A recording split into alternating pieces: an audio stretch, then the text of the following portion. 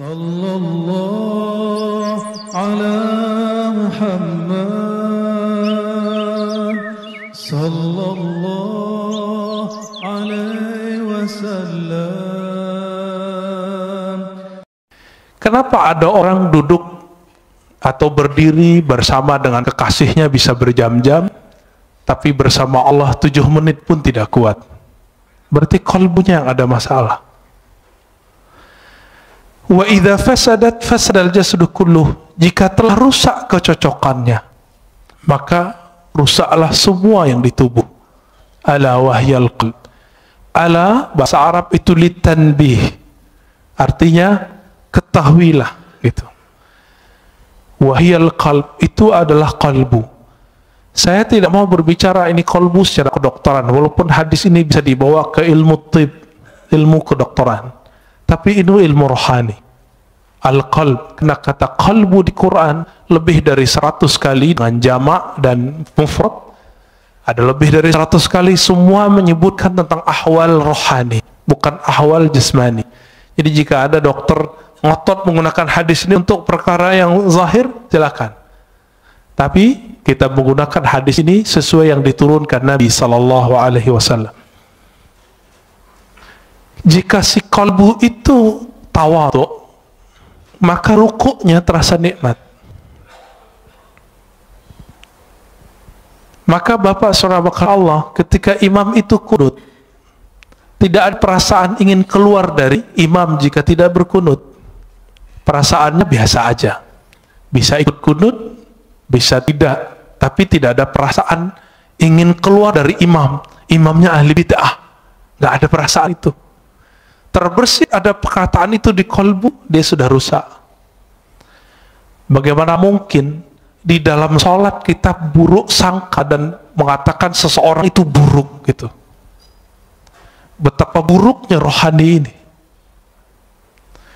Oleh karena itu kami, meskipun misalnya diimami oleh seseorang yang tidak hafal Quran, bacaannya salah-salah, itu kita biarin aja dulu. Nanti selesai sholat, kalau nggak ada orang, baru kita kasih tahu. Kenapa? Siapa yang menggerakkan dia jadi imam? Salah siapa kita nggak maju jadi imam? Gitu. Bapak saudara makan Allah, satu kali guru kami wafat, Maulana Syekh Muhammad Nuruddin Al-Khalidi An-Naqsyabandi. Ketika beliau wafat, itu hujan Masya Allah. Imam Az-Zahabi menyebutkan suatu perkataan dari seorang imam ahli hadis di abad ke-6 Hijriah. Apa kata beliau? Ciri-ciri seseorang itu meninggal dirahmati Allah, maka Allah kirim malaikat dalam bentuk awan. Fayughfar lahu, maka diampuni baginya. Kalau guru saya ini bukan hanya awan, itu hujan dari beliau sakaratul maut sampai esok pagi, sampai kemudian kita kuburkan, itu hujan gak berhenti. Apa yang ajaib? Keluar dari rumah, itu rumah gadang ya. Turun dari rumah itu ketika kita bawa keranda, itu hujan berhenti. Kayak ada yang kendaliin. Masuk masjid, hujan deras, dan itu sangat ajaib. Ketika selesai sholat, kita zikir, tahlil, segala macam, kami keluar, hujan berhenti. Tapi di saat ketika mau jadi imam, orang yang beliau angkat jadi wakilnya, itu seorang yang ummi, bacaan Qur'annya nggak bagus. Tiba-tiba ada seorang murid yang dianggap telah durhaka oleh beliau, ingin tebar pesona jadi imam. Padahal nggak ada yang nyuruh beliau. Awalnya mau narik dia untuk turun, tapi tiba-tiba beliau dapat ilham dari kolbunya sendiri yang bicara. Apa kata kolbunya? Hei, kamu tidak usah emosi. Yang menggerakkan dia ke depan siapa? Itu Allah, bukan kamu, bukan dia. Dipikir-pikir, oh saya juga nggak hafiz Quran. Ya sudah. Nah, itu ya, itu adabnya. Maka saya tidak pernah lagi marah waktu karena jenggot saya nggak terlalu panjang. Celana saya kadang jingkrang, kadang tidak. Satu kali di satu masjid, kita masuk, semua jamaah sudah siap mempersilakan saya jadi imam, karena saya ustadz di situ. tiba-tiba dia nyelonong dari luar masjid, keluar, masuk, dan kita lihat, wow, penampilannya sangat perfect. Celananya jingkrang, jenggotnya panjang, pakai kopiah. Emang sangat perfect. Tapi nggak salam, nggak kalam. Ya udah, akhirnya saya yang komat. Kenapa? Ingat kalimat yang tadi. Siapa yang menggerakkan dia? Allah. Karena seandainya dia jadi makmum, dia akan benci kepada saya. Dan salah satu imam yang Allah tidak ridhoi jika makmumnya tidak ridho kepadanya, jika ridhonya tidak berkaitan dengan syariat, tidak masalah. Tapi kalau berkaitan, itu bermasalah. Maka kita biarkan. Ya. Saya ikutin aja. Ya. Yang saya lihat bukan dia, tapi yang saya lihat adalah gerakan-gerakan dari Allah Ta'ala. Bapak Ibu Saudara makan Allah, kalau orang begitu, kira-kira kebencian keluar nggak dari kalbunya? Insya Allah keluar ya. Baik. Kembali ke yang tadi. Maka al-a'mal, amal itu masdaruhal qalb. Tempat terbitnya adalah kalbu. Tapi dia butuh bukti. Maka di Quran disebut i'malu fasarallahu a'makum. Beramallah kamu, maka Allah akan memperhatikan amalmu. Nah, pertanyaannya, merasa diperhatikan Allah nggak tadi sholatnya? Berarti sholatnya belum ngamalin ayat ini. Coba, mulai hari ini, beramal itu karena ayat itu. Beramallah kamu, Allah akan pandang amalmu. Tapi apa yang Allah pandang? Maka ditaksis dengan hadis Nabi Sallallahu Alaihi Wasallam, hadis Imam Muslim tadi, dan Imam Bukhari juga ada yang semakna, bahwa Allah memandang ke kalbumu. Jadi yang dipandang itu bukan rukuknya, tapi ini yang disebut ahwal dalam rukuk. Mesti rukuk. Yang dipandang bukan sujudnya, sehingga jidat kita mulai sakit ketika sujud lama. Bapak kalau buka kopiahnya mungkin ada hitamnya. Bukan itu yang Allah lihat. Betul, beruntung kalau yang punya itu. Nanti malaikat maut pun mikir-mikir mau cabut, wah ini ahli tahajud ini kayaknya ya. Tapi bukan itu yang kita kejar. Kau bisa sembunyiin itu. Kenapa? Karena yang disebut simahum fi wujuhim min atharis sujud, itu artinya efek sujudnya itu terlihat di wajahnya. Apa efek sujud? Ketika orang sujud, dia lebih merendahkan wajahnya, otaknya yang doktor, otaknya insinyur, otaknya yang sarjana, otaknya yang hafiz, otaknya yang pinter itu, dia taruh di mana? Di bawah bokongnya, di bawah tempat keluar najis-najis semua. Maka orang-orang ini dihina orang tidak akan marah. Kenapa? Dia sendiri telah menghinakan dirinya di hadapan Allah Ta'ala. Bukankah kita, Bapak soft nomor 2, bukankah dibelakangi oleh orang yang soft depan? Itu kita sudah biasa menghina diri. Tapi kenapa kemudian jika disinggung orang sedikit ngamuk? Ini yang tidak wajar di kalbu. Berarti belum salah. Kalbunya belum saleh. Dalam kalimat ini dikatakan, jadi keadaan fisik itu selalu menerjemahkan keadaan kalbu. Jika kalbunya sedang tawadu, dia pasti uku. Jika kalbunya sedang bersah diri, pasti dia mengatakan la haula wala quwata illa billah. Jika kalbunya sedang menta'zim Allah, pasti dia mengagumi dan mengatakan subhanallah. Subhanallah itu bukan maha suci, itu terjemahan biasa. Subhanallah artinya maha hebat engkau ya Allah. Bapak saudara, ikhwan akhwat fillah. Oleh karena itu Nabi SAW 13 tahun itu tidak diwajibkan sholat. Coba lihat, berapa lama Rasulullah berdakwah? 13 tambah 11. 13 tahun gak wajib sholat kecuali sekali semalam. Surat Al-Muzammil, Umil Layla, bangunlah malam hari, itu aja. Meskipun 3 tahun sebelum hijrah beliau telah dapat kewajiban 5 rakaat, 5 rakaat, beliau belum wajib sholat. Kenapa? Karena Nabi yashtagil bi amril qalb. Nabi sibuk dengan perkara kalbu. Coba lihat ayat pertama turun, Iqra, bacalah. Surat Muzammil, wazkurisma rabbik, sebutlah nama Rabbmu. Menyebut nama Allah, membaca nama Allah, itu dengan kolbu baru terasa. Ya, baru pakai lisan.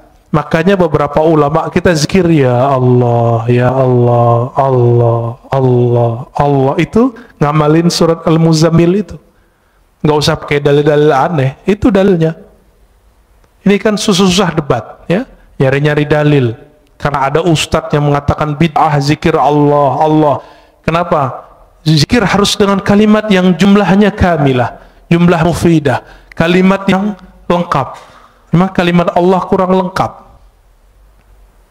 Bukankah ada ayat kulillah, katakanlah Allah, ada kok.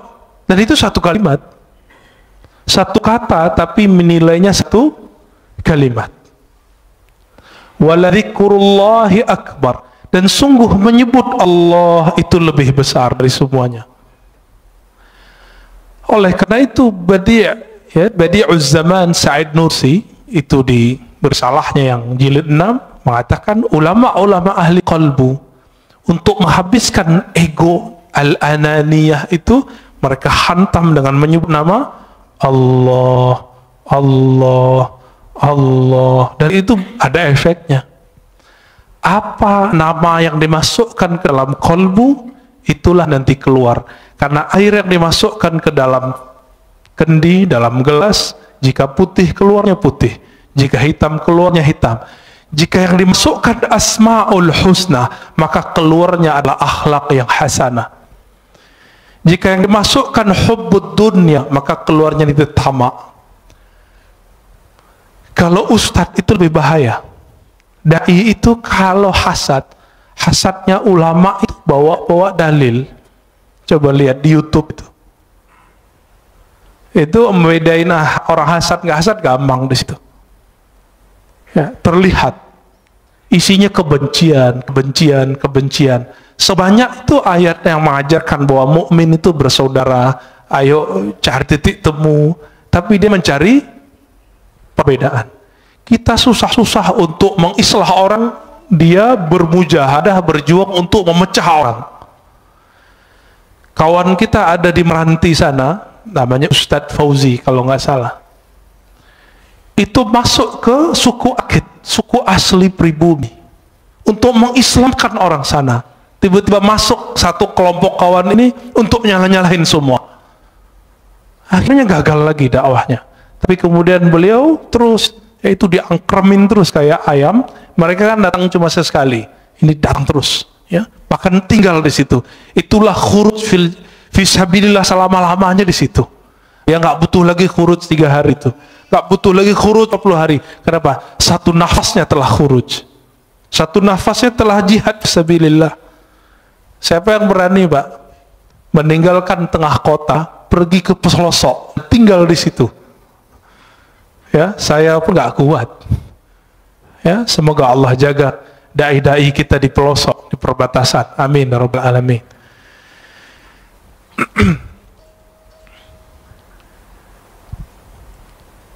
Oleh karena itu masyayikh kita mengajarkan zikir qalbu. Ketika latihan, maka kurangi dulu zikir-zikir fisik.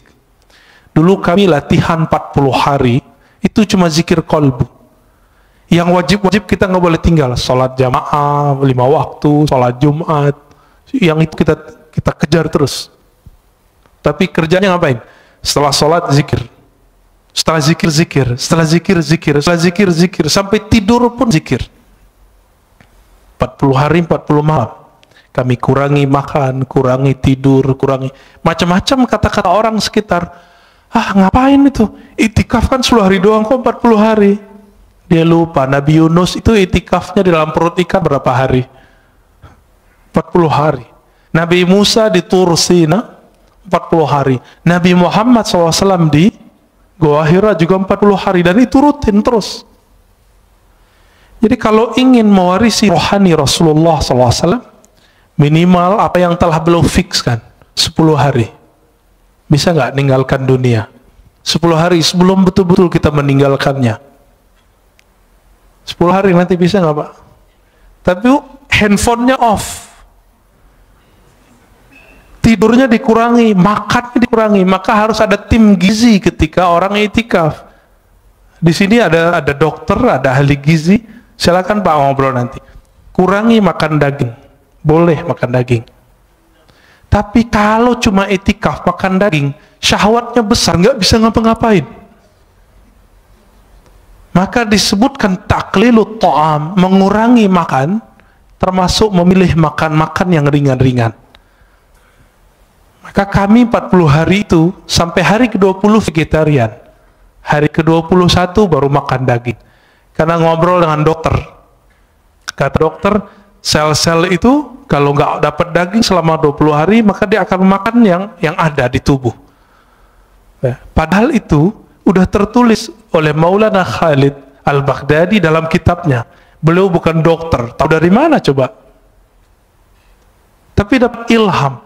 Maka ilham qalbu jika dipertemukan dengan kajian-kajian ilmiah ketemu. Karena ilmu itu dari Allah Ta'ala. Ilmu dari Allah. Allah yang disebut Al-Alim, sumber semua ilmu. Jika dipertemukan ilmunya orang belajar grammar dengan orang belajar manhaj qalbu sama. Yang mempertemukan namanya Imam Al-Qushairi, punya kitab judulnya Nahwul Qulub, Nahwul Qalb, grammar qalbu. Ada Pak kitabnya. Ya, kawan kita sudah buat disertasi S3 untuk itu. Tapi semoga dia juga mengamalkannya ya. Jika di qalbu itu muncul kezuhudan, sekarang kita langsung masuk. Jika muncul kezuhudan, maka orang itu nanti akan suka puasa. Jadi puasa itu efek warid yang datang ke qalbu. Apa arti warid? Anugerah rohani datang ke qalbu. Zuhud itu nikmat yang lebih besar dari dunia dan seisinya. Orang kalau sudah masuk zuhud ke qalbunya, hidupnya kenyang. Nggak ada keluh kesah, kebahagiaan itu ada meskipun dunia tidak di tangannya. Tapi orang-orang zuhud bukan berarti dia orang miskin. Banyak orang miskin cinta dunia, tiap hari mikirin gimana makan, berarti dia belum zuhud. Jadi rugi 2 kali, udah miskin nggak zuhud. Orang kaya itu paling bisa zuhud karena dunia sudah di tangan. Tapi kalau kolbunya tidak dapat zikir kalbu, jadi kalbu itu punya zikir. Zikir lidah la ilaha illallah, subhanallah. Zikir kalbu Allah, hu, hay, qayyum. Asmaul husna itu zikir kalbu. Dan ini harus diambil dari ahlinya. Sebagaimana kalau kalbu kita sakit, kalau badan kita sakit, kita datang ke dokter. Dan masalah kita semua apa? Masalah kita cuma satu, kita nggak adil dengan kalbu. Giliran sakit badan, ya repot kemana-mana. Ini virus corona aja udah rame kemana-mana ya. Tapi kalau ada virus kalbu, nggak rame. Udah berapa tahun nggak khusyuk, udah berapa tahun tidak menikmati baca Quran. Kok nggak datang-datang ke ahli kalbu? Waras nggak sih? Gitu. Adil nggak? Ini yang disebut innallaha yuhibbul muqsitin. Maka Allah sebut orang-orang yang berilmu yang adil itu qaimam bil qist. Orang-orang yang berilmu itu dia betul-betul adil terhadap dirinya. Kita nggak adil. Cari dunia dari pagi jam 6, pulang pun jam 8, 12 jam. Tapi cari akhirat, kita ajak setengah jam aja, bilang apa? Ustadz, saya ini sibuk. Ada seorang ibu-ibu minta diajarkan zikir, kita ajarkan zikir. Terus bilang, Ustadz, nggak ada zikir yang ringan, saya ini sibuk. Saya tanya, ibu umur berapa? 70. 70 karyawati, pragawati. ASN. Enggak, terus apa sibuknya? Bingung juga dia. Berarti selama ini kita ini sok sibuk. Dan semua orang mengundur amalnya sampai dia udah tua. Berarti warid belum datang ke kolbunya. Dia memulai amal selama ini selalu dari zahir, belum dari kolbu. Maka Imam Bahauddin Syah Naqsyaband mengatakan apa? Ketika orang sibuk dengan perkara zahir, Maka kajian zikir pertama kami adalah zikir qalbu. Bidayatu tariqatina nihayatu turuq. Awal dari cara zikir kami adalah akhir dari semua zikir yang dipelajari oleh orang-orang di luar. Itu manhaj beliau. Jadi orang kalau sudah sibuk zikir salat baru zikir qalbu. Kalau beliau enggak, qalbu dulu. Kenapa? Ala wahyal qalb. Inilah zikirnya ulama-ulama ahli qalbu. Jika masuk ke qalbu itu al-hirs. Hirs itu ada kesukaan, kerajinan, ya, ada perasaan senang. Maka orang ini akan rajin tahajud, rajin sedekah, rajin semua zikir itu kayaknya ringan di tangannya, ringan di lidahnya. Bapak saudara makan Allah, dulu seorang kawan saya berdoa, Allahumma adim alaina zikrak. Ya Allah, dawamkan zikir kami kepadamu. Saya tegur, jangan doa begitu. Yang Nabi ajarkan, Allahumma a'inni ala zikrik. Ya Allah, bantu aku menyebut namamu. Karena Nabi tidak pernah mengajarkan, ya Allah, dawamkan zikir di qalbu kami. Itu mustahil, kecuali Rasulullah sallallahu alaihi wasallam. Dalam sholat pun kita masih ingat selain Allah Ta'ala. Jika yang datang di qalbu itu syauq, rasa rindu yang dalam, maka orang ini biasanya zikirnya mulai bergerak. Nah, zikir ini yang jarang datang ke kita. Minimal gerak matanya nangis, itu zikir rindu. Jadi rindu itu datang dulu ke qalbu, baru saat dia berzikir ada rasa nangis. Bukankah sebagian bapak ibu ketika mendengarkan imam kita tadi sholat teringat mana? Sudais, ya, semoga Allah muliakan beliau, amin. Kita teringat itu. Bagi mereka yang punya pengalaman sholat di belakang Sudais, dia rindu, dia bisa nangis. Itu baru rindu dengan imam dunia. Imam sholat di Mekah, bagaimana dengan imam la'imah Sayyidina Rasulullah SAW. Maka orang ini saat mengatakan Allahumma salli ala Sayyidina Muhammad, air matanya pasti mengalir. Itu yang disebut dalam syair-syair Hisan bin Sabit, kullul qulub, semua kalbu itu rindu kepada Nabi. Tapi bukti rindu itu hanya satu, dumu'ul ain. Ketika air mata itu berkaca-kaca, air mata itu mengalir. Atas dasar itulah ulama kita punya majelis khusus namanya majelis salawat, karena itu majelis kerinduan. Imam Ibn Arabi yang disesatkan orang zamannya, dia jauh dari semua kesesatan itu karena beliau ahli hadis. Saya S1 meneliti beliau. Ibn Arabi menulis kitab Tarjumanul Ashwaq. Sebelumnya beliau seorang ahli hadis, meriwayatkan hadis dengan sanad sendiri sampai ke Rasulullah. Berguru kepada Imam Bukhari di zamannya namanya Ibnu Asakir, dan Imam Muslim di zamannya yaitu Imam As-Silafi.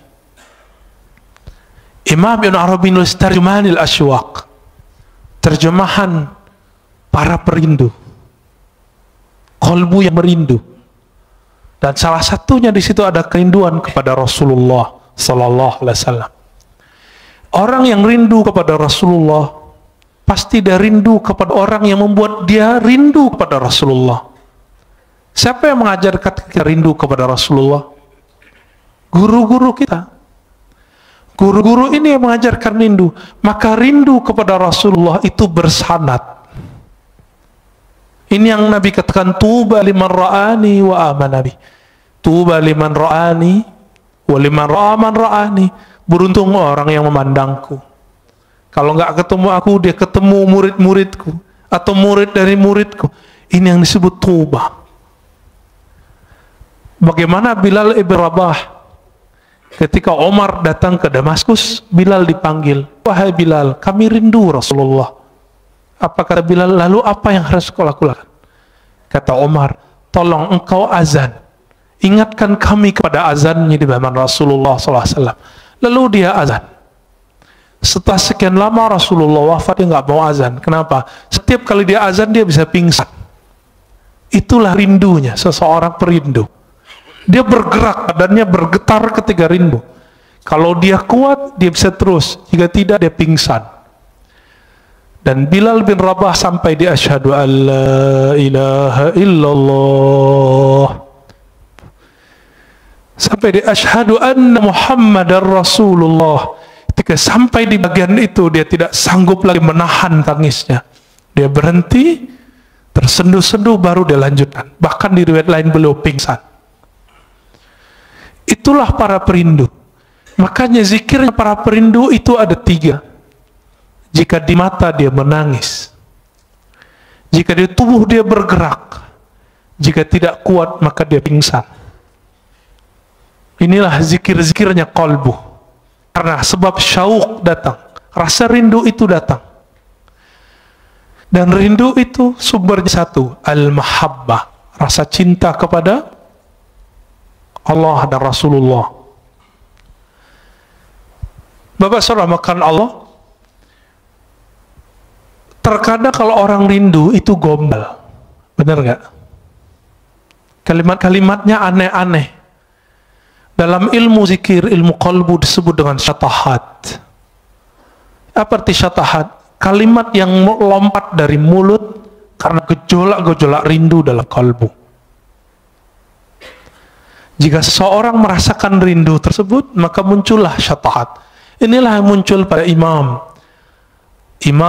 Junaid, Imam Abu Yazid Al-Bustami, bahkan imam seperti Al-Hallaj.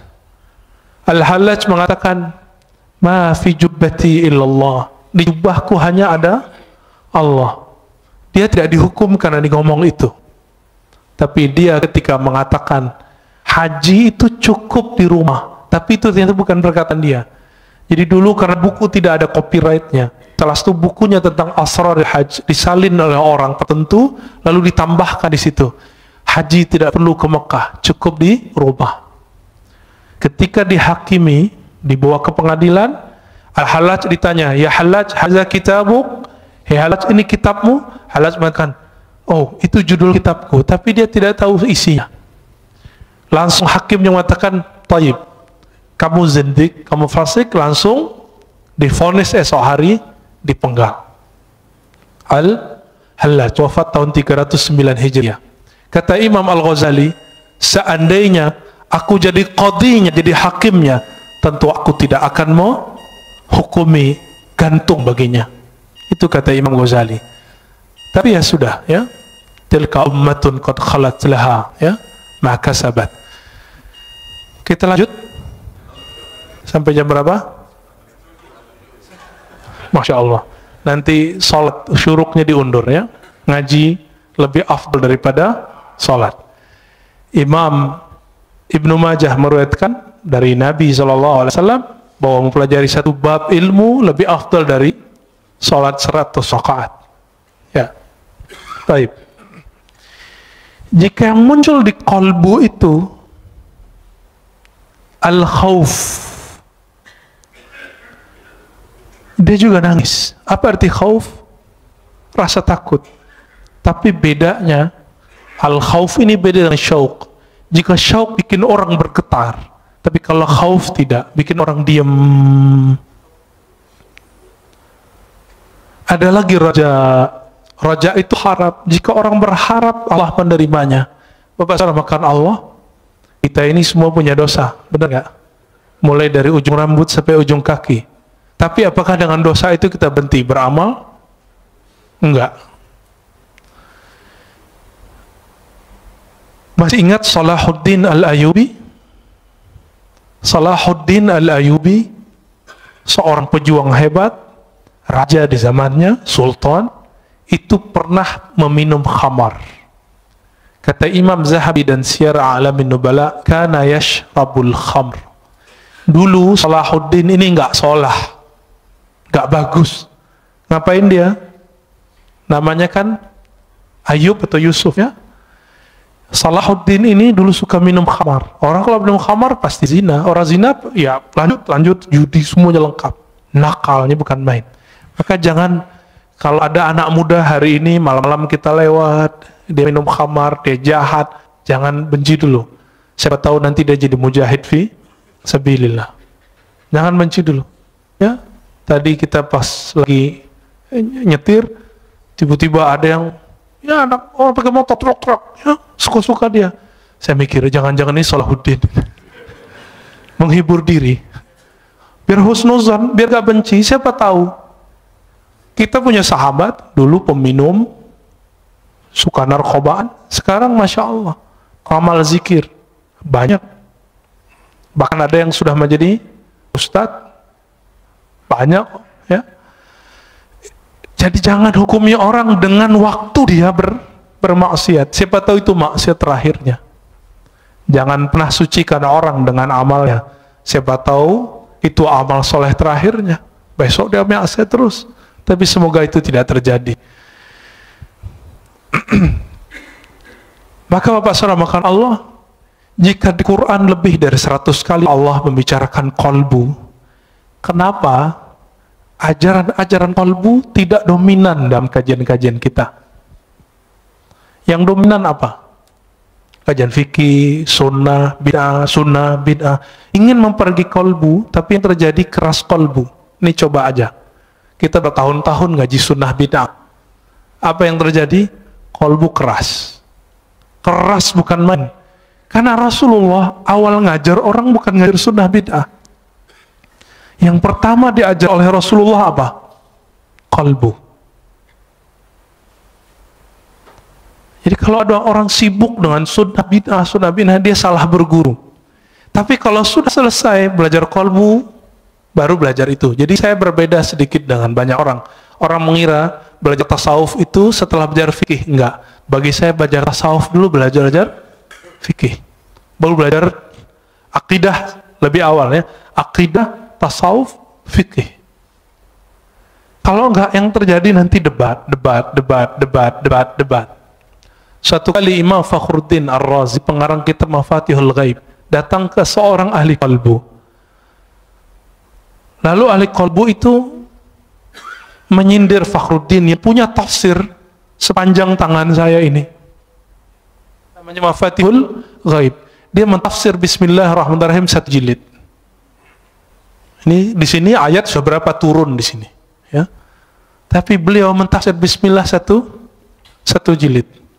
Sampai sekarang kawan saya ngaji Bismillahirrahmanirrahim 7 tahun belum selesai. 7 tahun Mbak belum selesai. Ngaji alif aja lama sekali ngajinya. Sampai betul-betul dikenal. Kenapa Bismillah itu kok diulang-ulang di Quran? Ternyata itulah awal yang ditulis di Lauh Mahfuz. Ketika Allah pertama ciptakan Lauh Mahfuz, apa kata Allah? Uktub. Faqala ma aktub. Qala uktub Bismillahirrahmanirrahim. Hadis sahih Imam Tirmizi. Jadi Allah ciptakan Lauh Mahfuz. Apa arti lauh? Lauh itu seperti kumpulan data. Semua data ada di situ. Data semua dunia dan akhirat. Apa kata Allah? Hai Lauh Mahfuz, tulislah. Lalu dia bertanya, apa yang kami tulis ya Allah? Uktub Bismillahirrahmanirrahim. Maka mengkaji Bismillahirrahmanirrahim, mengkaji semua makhluk. Selesai Pak semua. Rahman itu semua makhluk. Rahim khusus wali-wali Allah, kekasih-kekasih Allah. Nanti lain waktu cari gurunya ya. Ada yang pakar ilmu ini. Tapi tidak boleh dikaji terlalu luas. Imam Fakhruddin Ar-Razi kemudian bertanya, ketika disindir, tafsirmu itu belum apa-apa. Dia kaget. Terus tafsir yang bagus gimana? Dia tafsirlah 1 ayat. Fakhruddin Ar-Razi bengongnya bukan main, lama dia berpikir, loh kok dia tahu makna itu ya? Kok saya udah baca buku, mungkin ratusan ribu lembar dia baca buku, kok nggak paham itu? Akhirnya ditanya, wahai Tuan Guru, apa cara engkau memahami kitab Allah dengan rahasia-rahasia tadi? Apa jawaban sang imam? Wahai Fakhruddin Ar-Razi, utruk ri'asah wazhad anid dunya. Tinggalkanlah ri'asah, kepemimpinan, baik jabatan-jabatan keulamaan, tinggalkan itu dan zuhudlah dari semuanya. Tapi apa kata beliau? Oh, kalau itu saya tidak sanggup. Ya sudahlah. Maka tidak turun ilmu itu kepada beliau. Turun ke siapa? Turun ke orang setelahnya. Imam Ibnu Athaillah, inilah kitabnya. Ya, turun lagi ke orang setelah Ibnu Athaillah, namanya Ibnu Ajibah, ya. Ada tafsir qalbu. Semoga nanti ada ahli tafsir yang mengkaji tafsir itu. Amin ya rabbal alamin, ya. Selama ini kita lihat tafsir itu banyakkan hafalan. Ayat ini dijelaskan, ayat ini, itu biasa. Itu namanya ilmu munasabat. Ilmu mencocokkan satu ayat dengan ayat yang lain. Kalau cocok, kalau nggak cocok gimana? Karena ilmu cocoklogi hari ini betul-betul sangat dahsyat, maka banyaklah ustadz cocoklogi. Padahal yang cocok itu adalah ilmu qalbu. Karena Quran itu dia untuk qalbu. Allah itu ketika mengatakan, ya ayyuhallazina amanu, hai orang-orang beriman, iman di mana naruhnya? Di qalbu atau di badan? Di qalbu. Maka Allah sedang berbicara ke qalbu. Lain ketika Allah mengatakan ya ayuhan nas, wahai manusia. Ya. Betul qalbu juga, tapi qalbunya belum beriman, maka dipanggil ya ayuhan nas. Berdasarkan beda-bedanya apa yang datang ke qalbu, maka berbedalah amal. Beda apa amalnya? Antara Nabi Adam dengan Nabi Nuh beda nggak doanya? Beda. Nabi Nuh dengan Nabi Ibrahim beda zikirnya. Nabi Ibrahim dengan Nabi Musa beda zikirnya. Nabi Ibrahim apa zikirnya waktu dilempar ke api? Hasbiyallah wa ni'mal wakil. Cukuplah Allah sebaik-baik yang mengurus melindungiku. Itu api zahir. Apalagi api dunia, api syahwat. Maka salah satu cara terapi orang untuk melemahkan syahwatnya adalah, mengendalikan syahwatnya adalah hasbiyallah wa ni'mal wakil, atau hasbunallah wa ni'mal wakil. Dizikirkan 450 kali setiap hari. Ini zikir yang diajarkan Maulana al-Imam Abdul Hasan Syazili. 450 itu dikit, Pak. Orang bisa handphonean, smartphone, bisa Instagram di setengah jam kok. Baca hasbunallah wa ni'mal wakil itu paling 15 menit beres. Itu qalbu udah kenyang itu. Ini yang diwariskan para nabi. Siapa yang zikir hasbunallah wa ni'mal wakil, dia akan menjadi pewaris Nabi Ibrahim. Siapa yang zikir la ilaha illa anta subhanaka inni kuntu minaz zalimin, dia telah mewarisi rohani Nabi Yunus. Kenapa Nabi mengatakan al-ulama warasatul anbiya? Setiap ulama itu dia mewarisi rohani para nabi. Nabi tidak doktor. Nabi tidak baca kitab. Nabi baca yang di kolbunya. Maka orang yang mewarisi kenabian itu mewarisi kolbu Nabi sallallahu alaihi wasallam. Maka jangan andalkan gelar-gelar kita. Udah lewatin semua itu. Tanya ke dalam kolbu, aku mewarisi Nabi siapa? Dan orang yang disebut kutubul awliya, wali paling poros, yang keberkahan bumi itu karena doa-doanya.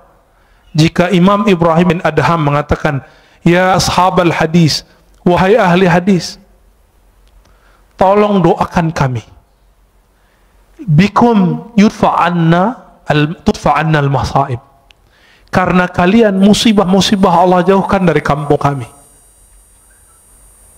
Oleh karena itu para imam kita sebagai disebut oleh Imam Zahabi mengatakan aqrabut turuq ilallah al-hadis, talabul hadis. Salah satu jalan pintas menuju Allah adalah belajar hadis. Karena Allah belajar hadis nyebut sanad dari fulan, dari fulan, dari fulan, dari Nabi, dari Jibril, dari Allah Ta'ala. Itulah sanad Quran, sanad hadis qudsi, sanad hadis Nabi sallallahu alaihi wasallam. Imam Ahmad mengatakan al-qurbu ila Rasulillah qurbun ilallah. Orang yang punya silsilahnya dekat ke Nabi, dia telah dekat kepada Allah Ta'ala. Maka Bapak Saudara, karena ahwal qalbu itu beragam yang datang, maka di antara ulama itu ada yang ahli ibadah. Kenapa? Yang muncul di qalbunya hirus, doyan ibadah. Nah, ini yang terjadi pada kawan-kawan saya yang senang khuruj, ya, senang wiridan. Jangan salahkan dia, tegur saja dia kalau kelebihan. Ya, mungkin dia beramal tidak dengan ilmunya, dia lupa kalau punya anak istrinya, ya tegur aja baik-baik, kasih nasihat, jangan depan orang. Ketika yang masuk ke kalbu itu asyauq, maka orangnya akan suka berdendang, bersyair, bersolawat. Maka muncullah dalam peradaban Islam Barzanji, muncullah syair-syair Imam Ibn al-Farid, ya muncul semua itu. Maka syair-syair di Jawa muncul apa namanya macapat ya, yang mau copot ya, itu yang dari Sunan Kalijaga. Itu wali Allah besar Pak, belum berguru kepada ulama keturunan Samarkand, Syekh Mahudum bin Ibrahim yang kita sebut dengan Sunan Bonang. Saya ziarah ke kuburan beliau yang di Bawean, itu yang asli Pak, di situ insya Allah. Yang di Tuban itu mungkin petilasannya, wallahu alam ya. Kalau orang pakai kolbu dia tahu itu ya. Kawan saya tanya, kok aku sering ziarah ke Tuban kok nggak ada efek apa-apa ya, biasanya kita kalau assalamualaikum tuh ada rasanya. Oh dia lagi nggak di tempat gitu. Akhirnya saya doa, ya Allah tunjukin saya di mana aslinya. Ternyata setelah itu diundang oleh salah satu guru kita, Buya Abdul Halim, ya, yang punya istri di sana. Udah ke sana Pak? Udah ke sana Pak ya, ya. Datang ke sana itu dahsyat sekali. Tapi jangan lupa ziarah, karena di sana manisnya dari situ. Sampai di sana ternyata Buya Abdul Halim belum pernah ziarah.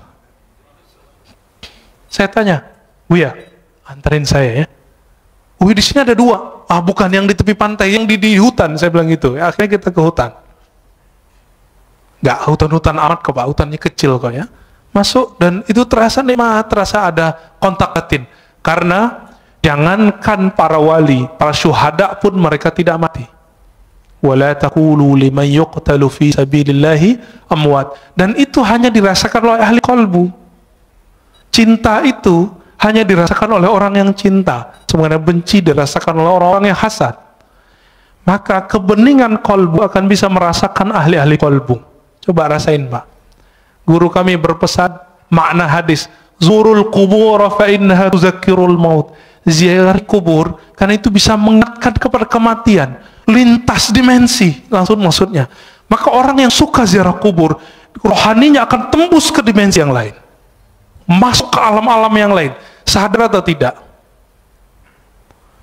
Tapi kalau udah jauh dari kubur, membid'ahkan kubur, menyebut orang ziarah kubur kuburiyun, maka siap-siap kamu nanti ketemu Rasulullah. Rasulullah akan memarahi dan menghardik dan mengatakan, aku sayyidul kuburiyin, akulah orang yang paling sering ziarah kubur.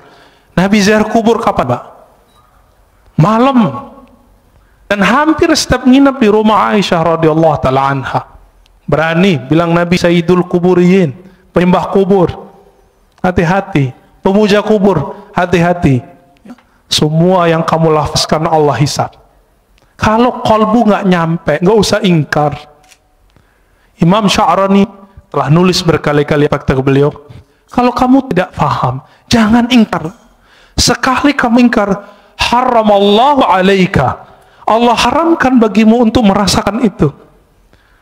Makanya kalau udah benci sama kita, benci sama kajian kita, nggak nyaman Pak. Langsung keluar. Ngelihat imam kita doa aja langsung keluar. Nggak bisa husnuzon, nggak bisa menikmati perbedaan faham. Betapa sempitnya kalbu, padahal kalbu itu lebih luas dari dunia dan seisinya. Hadis meskipun dhaif, tapi ulama mensahihkan maknanya. Mawasi'ani ardi wala samai.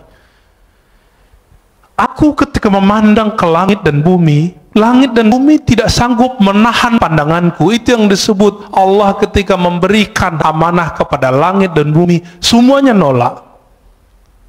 Inna wasi'ani, yang sanggup menerima pandangan itu adalah qalbu abdi al-mu'min, qalbu hambaku. Ada kalimat hambaku di situ, al-mu'min, yang dia beriman. Makanya orang-orang yang beriman ini qalbunya lapang, hidupnya tenang, pikirannya masya Allah, ya, nggak ada kepanikan di qalbunya, ya, nggak rusuh. Bapak saudara, karena Allah, maka di antara mereka ada yang zuhud, karena yang datang kalbunya kebencian dunia.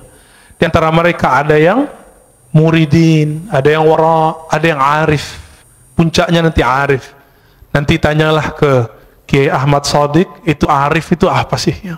Atau ke kiai-kiai yang lain, ada siapa? Kiai Luqman ngajar di sini juga. Ya, Kiai Luqmanul Hakim. Nah, itu orang-orang ahli kolbu semua. Sebenarnya beberapa banyak masih ahli kolbu. Silakan dicari sendiri atau tanya ke ahli kolbu siapa mereka. Ya, ini belum selesai sebenarnya, tapi udah cukup lah ya. Mau ada tanya jawab? Oke. Orang yang nanya itu lagi ya. Silakan Pak.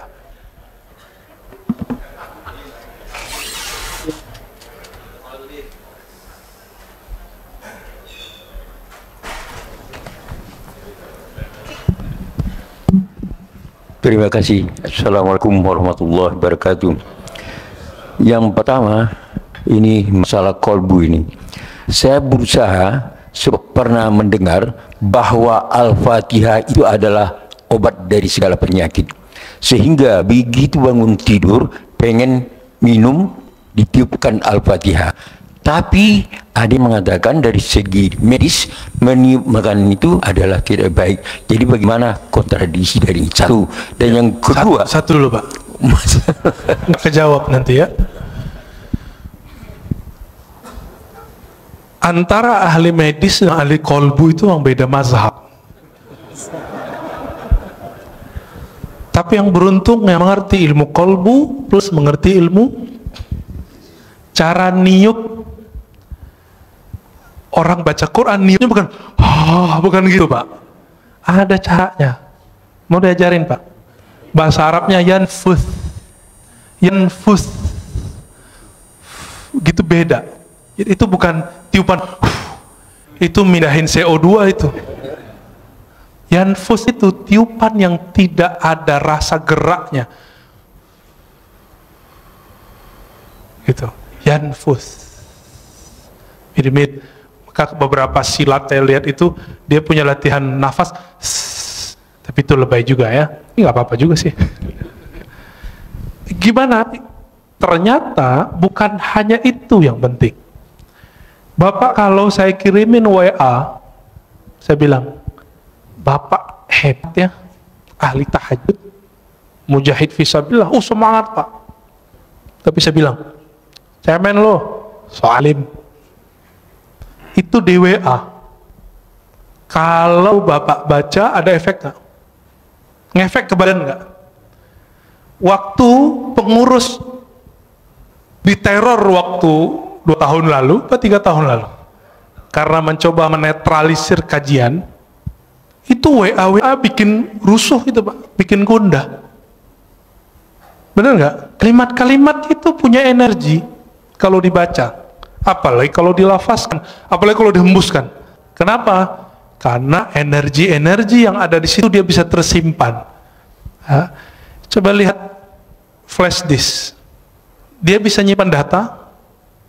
Handphone bisa nyimpan data, maka semua benda-benda itu bisa nyimpan energi, data-data itu.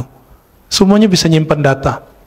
Kenapa sendal Imam Ahmad itu bisa mengeluarkan jin? Seorang laki-laki datang, ya Ahmad, ya Aba Abdullah, anakku, putriku sering kesurupan, kayaknya dipaksa nikah kayaknya. Rata-rata kesurupan, survei kita 70% survei langsung itu karena stres, ditekan di pesantren. Kalau pesantrennya terlalu keras, kurang menikmati, anak kita bisa kesurupan Pak. Di asrama, di sekolah, apalagi dipaksa nikah sama, dipaksa kerjaan sama, atau lagi pergi berkemah itu ada tekanan, nanti orang itu kesurupan. Itu stres. Tapi kalau ini bukan, ini gangguan sihir. Udah stres, kemasukan jin. Apa katanya? Maaf saya lagi sibuk, ini sendalku tolong bawa, ketuk aja kepalanya, jangan digampar gitu ya, ketuk kepalanya. Akhirnya dia datang pulang, dia ketuk kepala si putrinya, langsung sembuh. Apa hubungannya sendal sama? Jadi ulama-ulama ahli kolbu itu untuk mengurus orang kesurupan, nggak perlu baca ayat, Pak.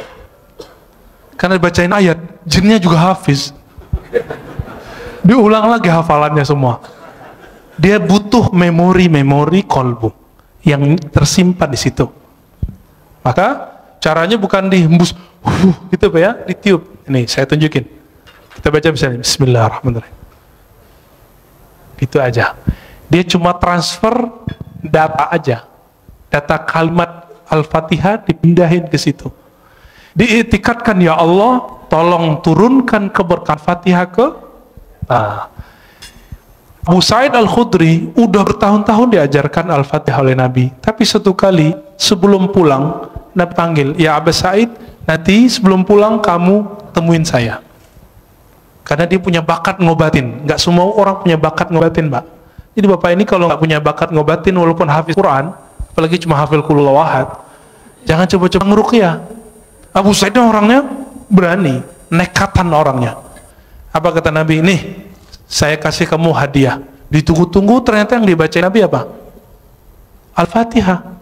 Tapi baca Fatihahnya beda zauknya, beda waridnya, beda ahwalnya ketika baca Fatihah saat sholat. Saat sholat baca Fatihah itu isinya adalah khudu, kerendahan kolbu. Di saat ini ada zikir obat di situ. Muncul sebuah riwayat hadis dhaif. Al-Fatihah shifa'un min kulli da'. Fatihah itu obat segala penyakit. Hadis dhaif, tapi Imam Ibnu Qayyim, murid Ibnu Taimiyah, Imam Salafi mengatakan apa? Ini mujarrab. Fatihah itu mujarrab. Benar Pak, mujarrab Pak. Cobain aja Pak. Terus gimana lagi setelah ditiup? Tutup dengan salawat Allahumma sholli ala Sayyidina Muhammad wa ala ali Sayyidina Muhammad. Lalu minta doa, ya Allah, berkahi air ini, jadikan dia obat untuk tubuhku, badanku. Gitu Pak. Jadi jangan pindahin CO2-nya. Oke? Ya. Yang kedua, satu lagi aja. Tambuh. Tambuh, Cia. Ya. Begini Ustaz. Jadi di dalam kita menetralisir diri ini, kami sering praktik bahwa menangis itu adalah lambang kecengengan. Jadi kami berusaha untuk tidak menjadi orang cengeng bagaimanapun perasaan, untuk berusaha tidak menangis, sehingga memang sulit untuk menangis. Sedangkan dikatakan kamu membaca Al-Quran itu cobalah menangis, kalaupun tidak bisa menangis berpura-pura menangis. Nah, kontradiksi lagi. Bagaimana Ustaz? Makasih. Hadis Iqra'ul Quran wabku alaihi fa illam tabku fatabaku. Itu hadisnya dhaif tapi boleh diamalkan. Bacalah Quran, menangislah. Jika kamu tidak sanggup menangis, maka kenapa susah nangis? Karena nggak pakai kolbu. Coba urus dulu kolbunya. Nanti Pak, kami 40 hari, saya cuma diizinkan sebelum maghrib baca Quran sama guru saya. Kamu obatnya sekarang kolbu dulu. Fatihahnya, ayat yang lain nanti aja dulu. Dosisnya nanti. Maka saya dulu waktu umur 13 tahun, karena ada kewajiban sekolah harus hafal as-sajadah, sebelum maghrib saya baca as-sajadah, baca aja, tahu-tahu 40 hari udah hafal. Ketika selesai 40 hari, selesai zikir kolbu, saya baca Quran, baru di Bismillahirrahmanirrahim udah nggak sanggup baca lagi. Tersenduh-senduh Pak. Cengeng nggak? Enggak. Saya saat itu merasakan yang ngirim Quran itu ngomong, lagi kirim. Di zaman-zaman dahulu, zaman-zaman masih pakai surat, kalau orang rindu, maka dia bukalah surat yang ada di lemari, surat dari kekasihnya. Masih ingat nggak? Dibuka, beberapa orang nangis.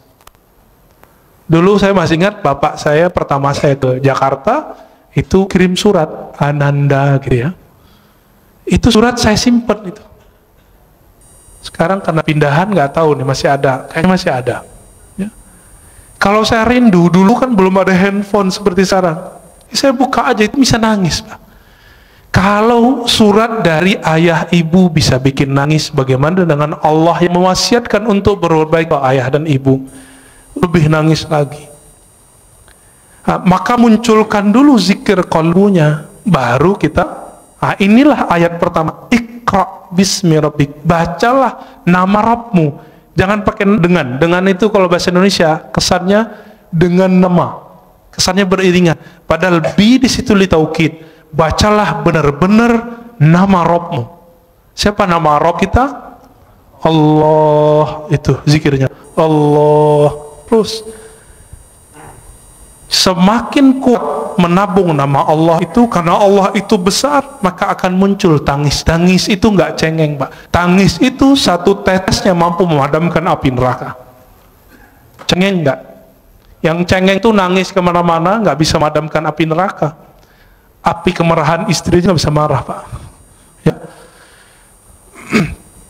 Apakah itu cengeng? Tidak. Di Quran banyak sekali ayat-ayat yang menyebutkan salah satu ahwal para kekasih Allah adalah nangis. Ya bukun, ya, mereka nangis.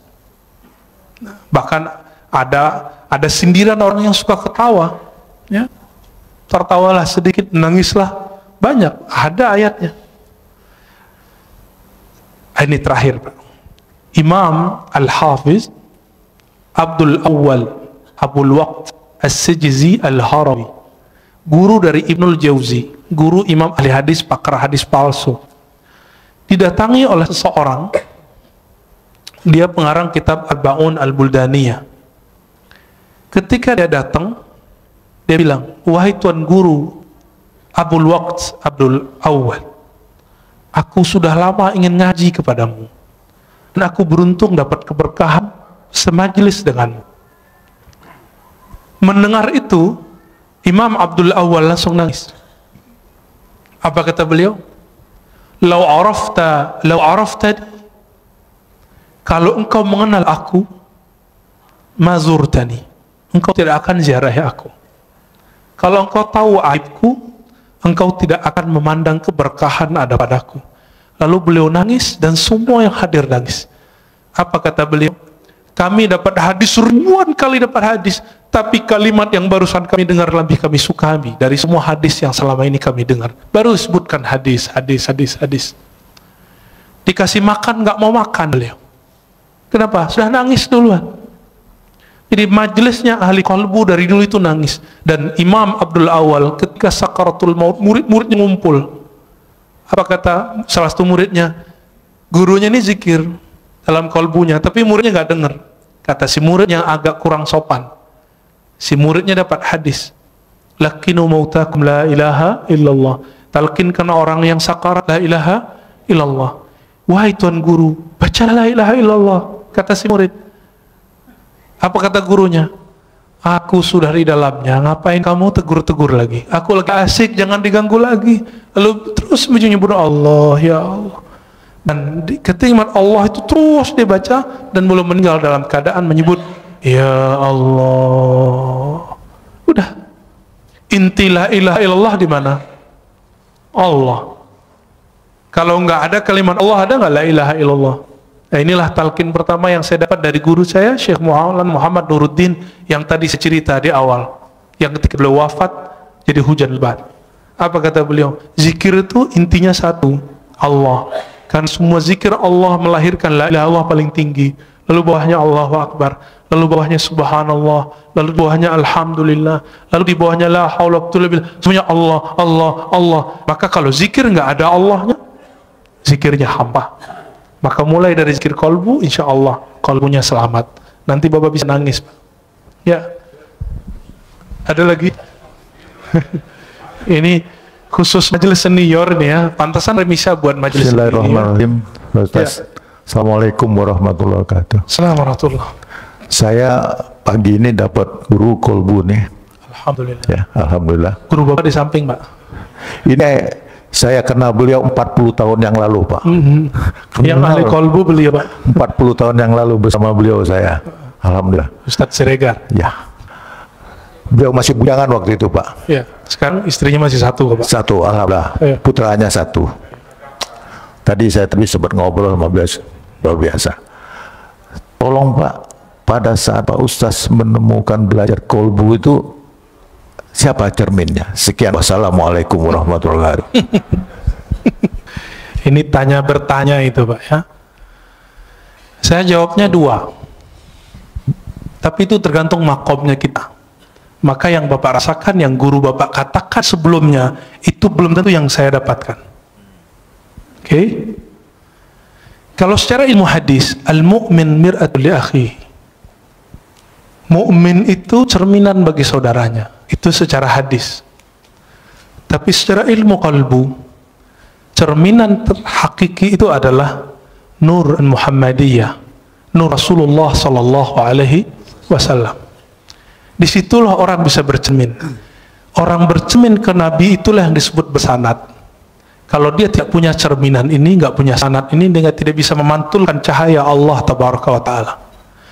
Kenapa Rasulullah cerminannya? Karena Rasulullah yang paling lengkap mewarisi, dapat memantulkan semua asmaul husna.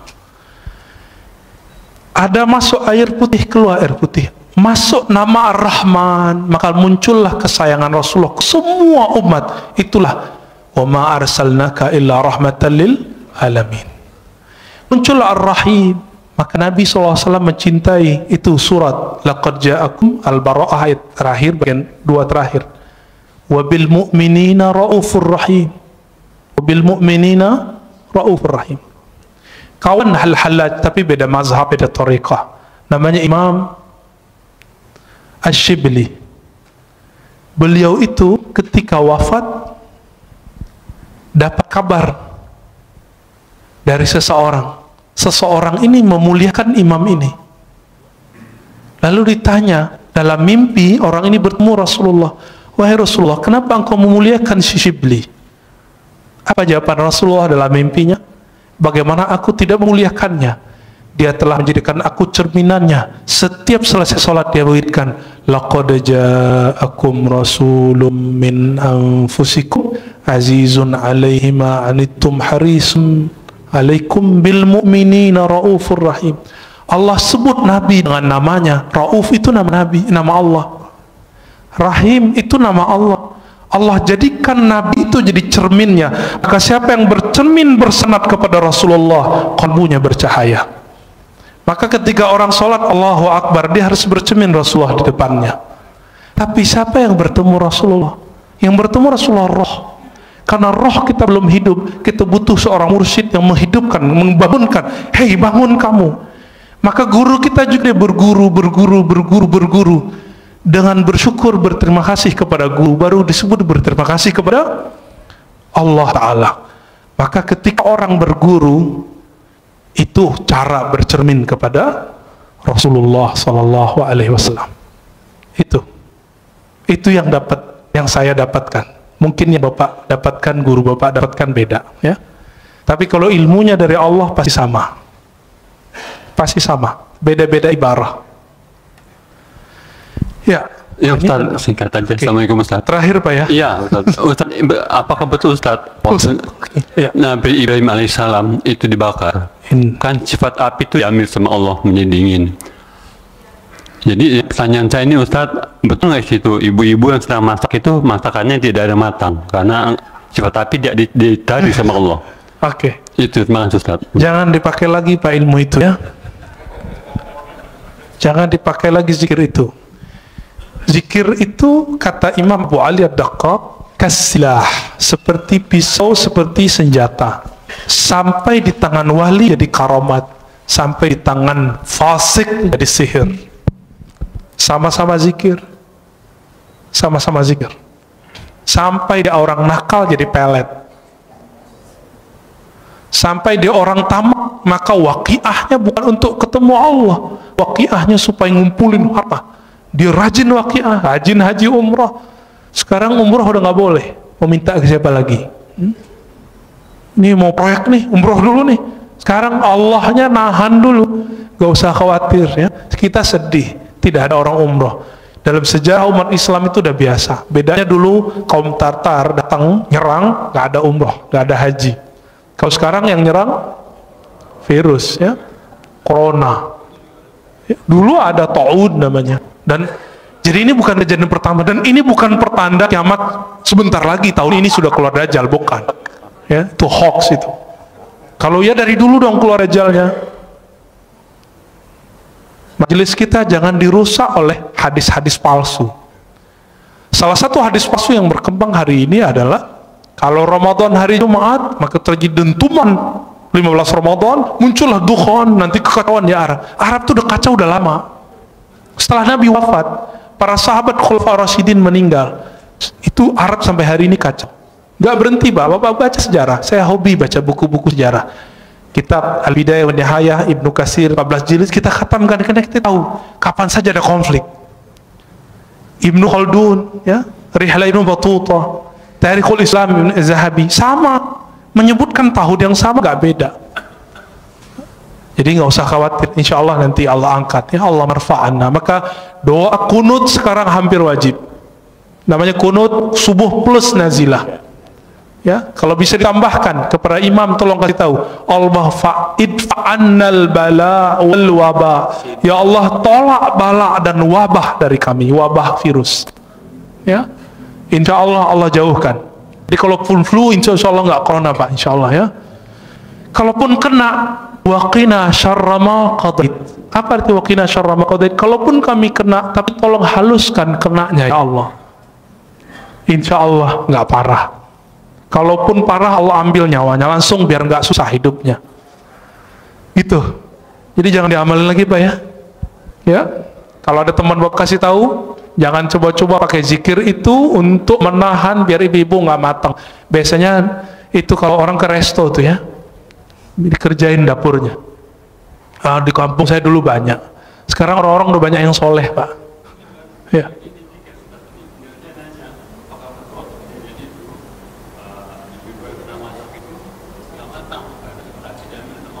Oh enggak, itu mah ngakal-ngakalin aja ya. Yang pasti di situ muncul kaidah Ahlussunnah. Apa kaidah dalam akidah Ahlussunnah? Api itu tidak membakar karena zatnya, tabiatnya. Karena hukum konstannya enggak. Tapi api itu membakar karena izin Allah. Apa kalimatnya? Ayatnya gimana Ustaz? Ya nar kuni bardan wa salaman ala Ibrahim. Wahai api, jadilah kamu kuni itu kan asalnya kun, karena nar itu dia bukan benda yang berakal, disebut kuni, disebut dia feminim pakai ya, kuni, hendaklah kamu menjadi keadaannya dingin. Maka kalau api selama ini panas itu karena Allah emang titahkan kamu bakar. Sampai sekarang di kampung kita masih banyak ilmu debus, nggak pakai sihir. Cuma pakai sholat 2 rakaat, zikir sesaat, mereka langsung nggak kebakar. Tapi kita cek di luar itu nggak bisa dia ya. Itu cuma karena dia zikir. Dia lagi ngamalin Bismillahirrahmanirrahim, ya duru, ingin bukti. Jadi dia lagi ngamalin ilmu Nabi Ibrahim. Ya Allah, saya pengen bukti kalau benar ayat ini, benar hadis ini, kalau siapa yang bersama Allah tidak ada yang menyakitinya, buktikan aku ambil api, jangan bakar diriku. Betul. Dan saya punya guru itu. Coba alhamdulillah ibu saya dulu larang. Almarhumah ibu saya mengatakan, kamu mau jadi apa? Nggak usah belajar itu. Lalu ketemu guru kami yang lain, Maulana Kasril namanya, mau jadi emosional atau jadi penyabar? Saya jawab, ya penyabar lah. Kalau mau jadi penyabar, hindari ilmu-ilmu kebatinan, meskipun boleh secara hukum syariat. Makanya saya nggak belajar ilmu-ilmu aneh Pak. Ini belajarnya ilmu silat lidah aja. Ya, jadi tidak benar semua api saat itu cuma satu api, tidak semua api. Ya, siapa juga yang masak saat itu?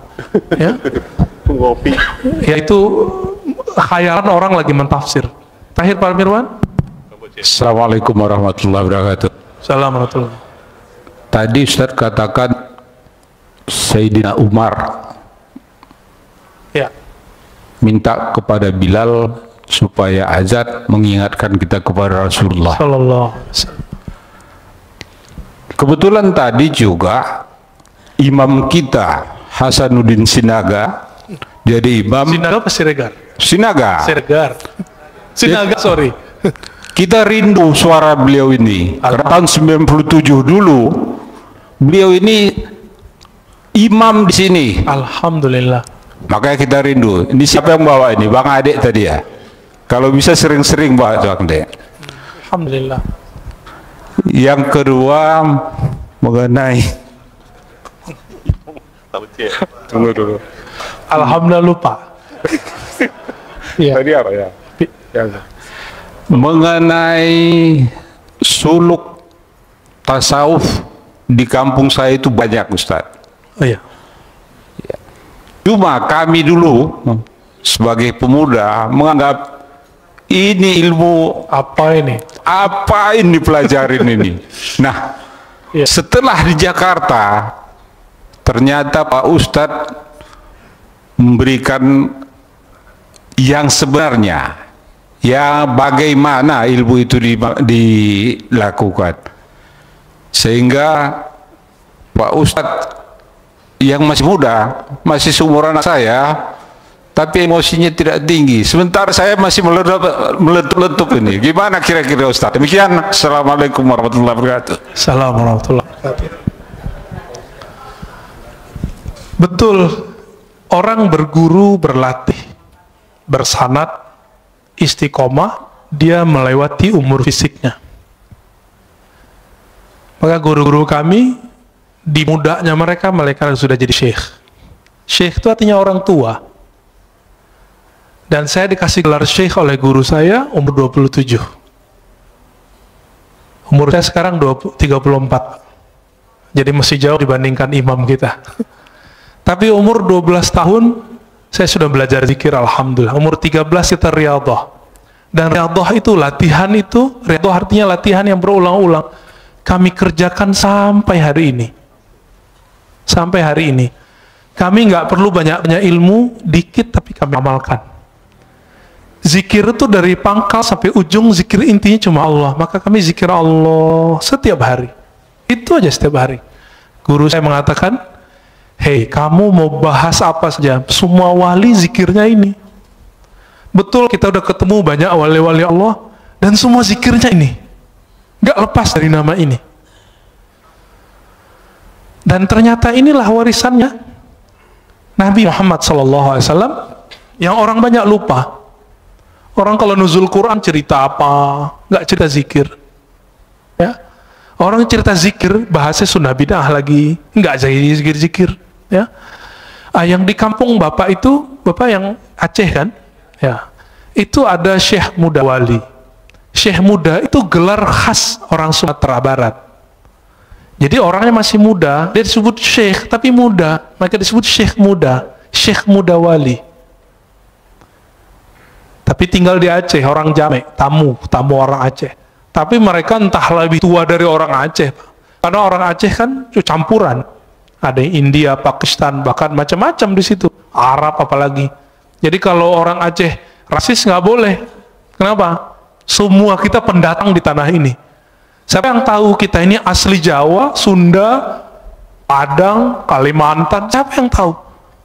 Dicek genetiknya, ternyata wong Cino.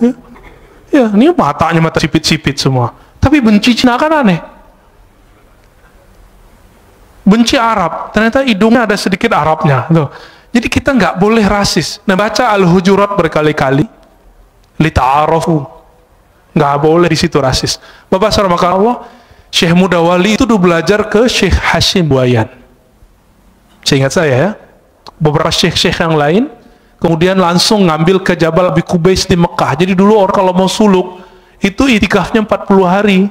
Di sekarang yang jadi istananya raja, keluarga-keluarga pangeran itu.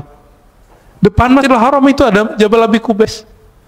Dulu di situ mereka latihan zikir. Semua tarekat di situ.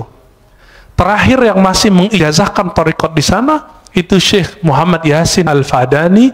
Beliau menyimpan 66 tarekat. Bukan 40, 66 tarekat, dan masing-masing tarekat beda suluk. Nah, kembali ke yang tadi, ini kesimpulan kajian tadi. Kenapa tarekat itu banyak? Karena rahasia datang ke kolbu itu beda-beda. Warisan yang dia dapat dari Nabi pun beda-beda. Tapi zikir yang paling tua yang kami tahu cuma 2. Subhanallah, Allah, la ilaha illallah. Itulah kata Nabi Musa. Nabi Musa mengatakan, ya, ini sebagai ikhtitam kita, ya Rob, ajarkan aku satu zikir yang spesial. Apa kata Allah? Qul la ilaha illallah Lalu kata Nabi Musa, ya Allah, ini kan zikir semua orang zikir ini. Apa kata kata Allah Ta'ala, hei Adam, hei Musa, inilah la ilaha illallah, zikir yang dipakai oleh hamba-hambaku yang spesial, yang dari dulu Nabi Adam sampai ujung nanti akhir kenabian, akhir kewalian, semuanya zikirnya la ilaha illallah. Maka dikatakan dalam hadis tentang Mahdi, setelah selesai Mahdi meninggal, Nabi Isa wafat, zaman berubah, orang hanya tahu satu kalimat, mereka nggak tahu lagi sholat, haji, umrah udah nggak tahu.